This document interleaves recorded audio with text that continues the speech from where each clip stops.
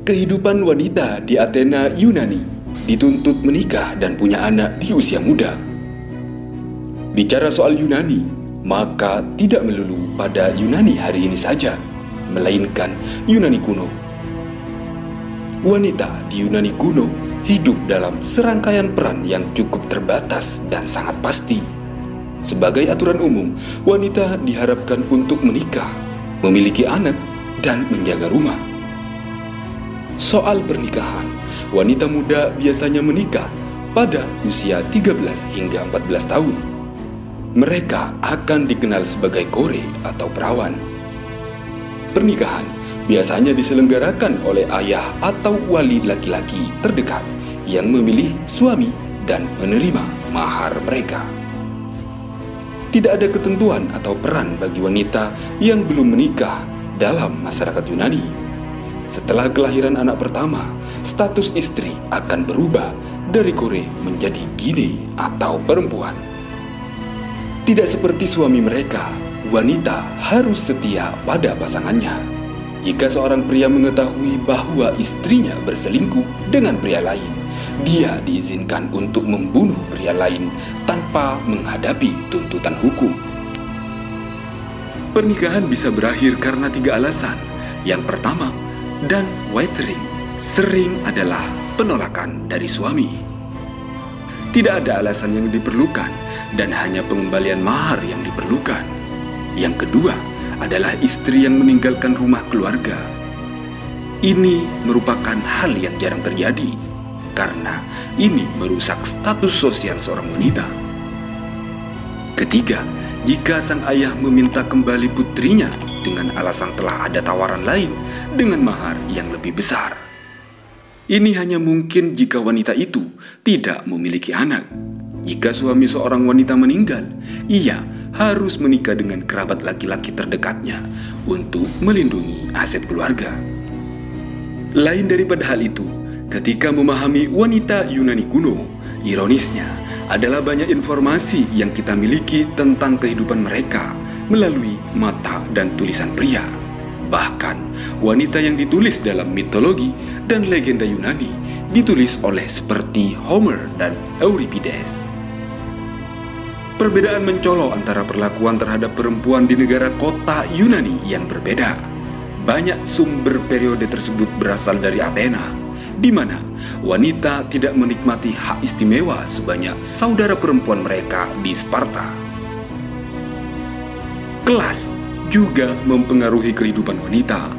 Dengan wanita kelas atas menikmati lebih banyak hak materi, tetapi lebih dibatasi dan dijaga daripada mereka yang berasal dari kelas bawah. Soal pendidikan, seperti di banyak budaya agraris dan didominasi laki-laki lainnya, masyarakat Yunani kuno jarang secara terbuka mengakui kelahiran bayi perempuan.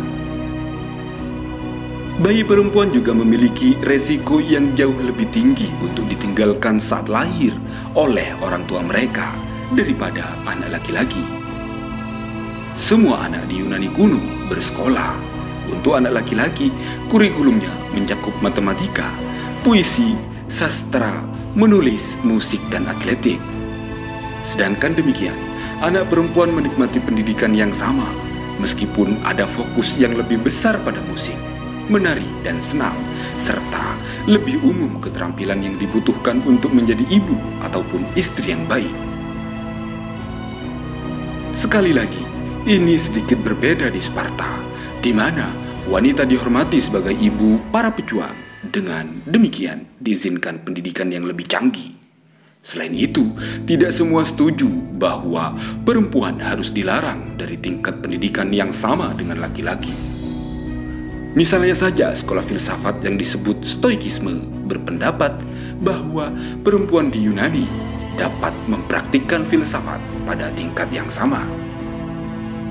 Bagian penting dari pengasuhan anak perempuan melibatkan perselingkuhan. Umumnya disalahpahami sebagai hanya dipraktikkan antara laki-laki saja. Ini merupakan hubungan antara orang dewasa dan remaja yang mencakup hubungan seksual serta bimbingan dari pasangan yang lebih tua. Pekerjaan dan kehidupan publik. Meskipun sebagian besar wanita dilarang dari majelis publik, bekerja, memilih dan memegang jabatan publik, agama memberikan jalur karir yang layak bagi mereka dari kelas atas.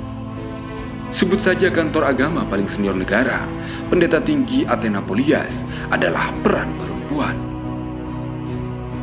Seiring dengan peran dalam kultus agama Athena, terutama yang menyembah Demeter, Aphrodite, dan Dionysos, ada sejumlah posisi lain yang mendapatkan pengaruh publik serta kadang-kadang pembayaran dan properti.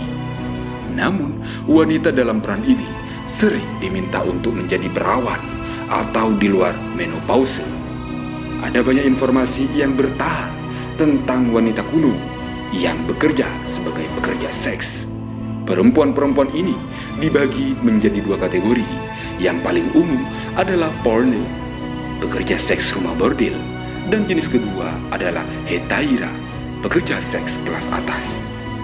Lebih jauh, wanita hetaira dididik dalam musik dan budaya yang sering menjalin hubungan panjang dengan pria yang sudah menikah. Kelas wanita ini juga menghibur para pria di simposium, pesta minum pribadi untuk tamu pria saja. Peran persahabatan ini agak sebanding dengan seorang geisha dalam budaya Jepang. Lebih jauh, tidak ada satu pengalaman universal dalam hal kehidupan wanita di Yunani kuno. Namun, terlepas dari pemahaman kita yang lebih terbatas tentang kehidupan mereka daripada pria, jelas bahwa tanpa kontribusi wanita yang sering diabaikan, Yunani kuno tidak akan berkembang sebagai salah satu peradaban intelektual, artistik, dan budaya terkemuka di zaman kuno. Itulah berbagai fakta kehidupan di Yunani kuno ataupun kota Athena. Tulis komentar Anda di kolom komentar di bawah berikut.